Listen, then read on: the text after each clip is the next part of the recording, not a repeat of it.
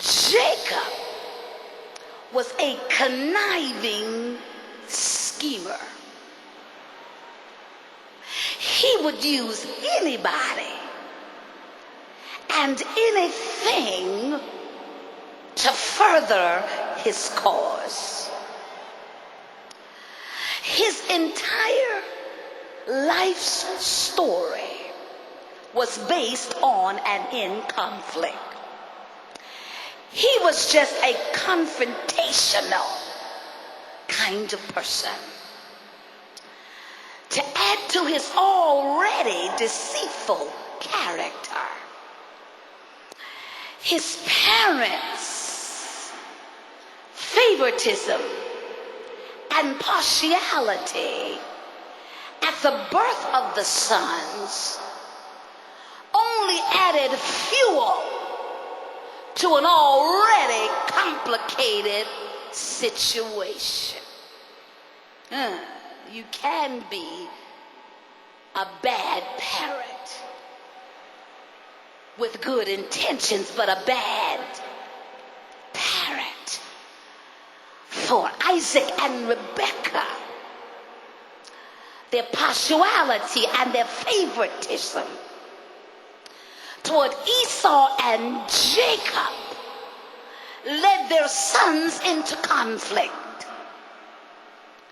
which played out in Jacob's conflict with his uncle Laban, which played out again, leading to deeper conflicts between his wives, Leah and Racheal. There is something called transference of spirits that comes from one's character. Now, you need to be careful with who you pal around with, because there is something that is called like substance.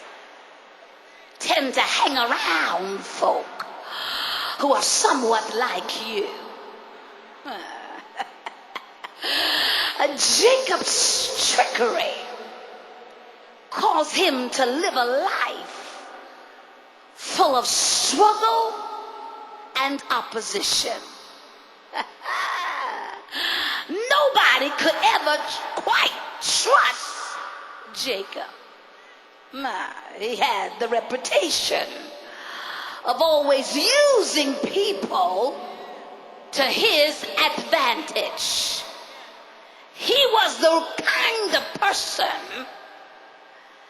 that bettered himself at the expense of someone else. Now maybe we need to pause here for a moment, because there are women who are sitting here today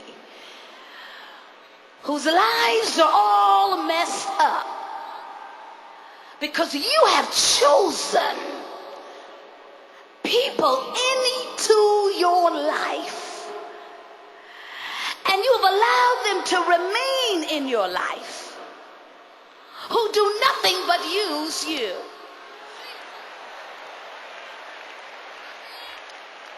I mean, you got folk all in your life that do nothing but take cash advantage of you. They are happiest when you are unhappy. They get glad when everything in your life is upside down. They only use you to further their own cause. But God has sent me here today to help you bring some things to an end.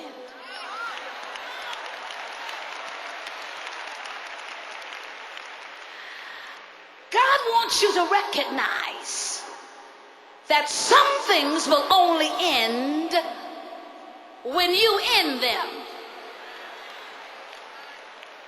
Some things will only be over when you call them over. People take advantage of you because they can. But the moment you make up your mind that enough is enough is enough, then enough will become enough. You don't need no prophet or prophetess to lay hands on you. You don't need to be doused with a bottle of olive oil. You need to make up your mind. Enough is enough is enough. When you call it quits, then it will end. When you make up your mind, I've gone as far as I'm going to go.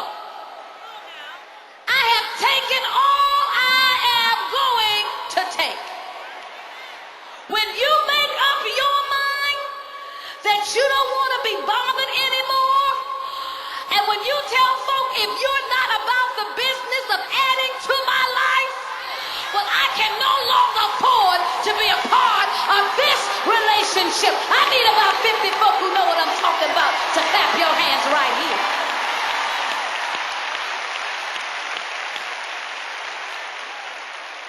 I mean, this is year 2000. And if I'm still doing all the giving and you doing all the taking, I'm getting ready to shift into another gear.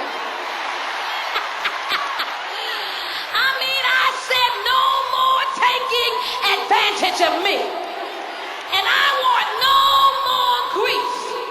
I came from about 150 women sitting in here that made up their mind when they go home, I don't want no grief. I just don't want no grief. I don't want to be bothered. I don't care about no car. I don't care about no house. I don't care about no gold. I just don't want no grief. I got about 5 months left in this year, and when I leave this conference, I'm going to leave it grief-free. And if that means I got to get rid of you, bye-bye, cut the rope, see you later.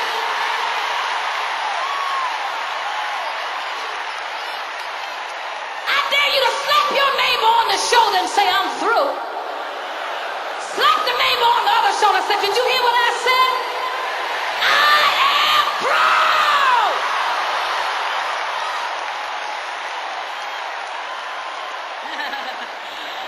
And I'm going to do what I have to do to stay through. If I got to change my phone number, if I got to cut up the little black book, I dare you to jump up and holler, I'm through.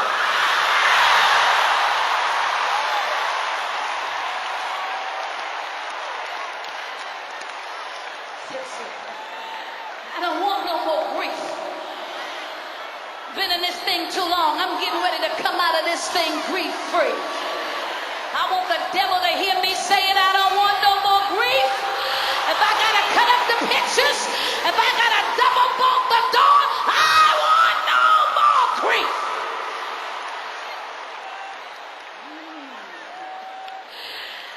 Jesus. Jacob would soon learn one of the cardinal lessons in life. That whatsoever one sows, one will reap.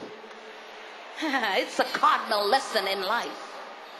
That what you put out is what's going to come back to you.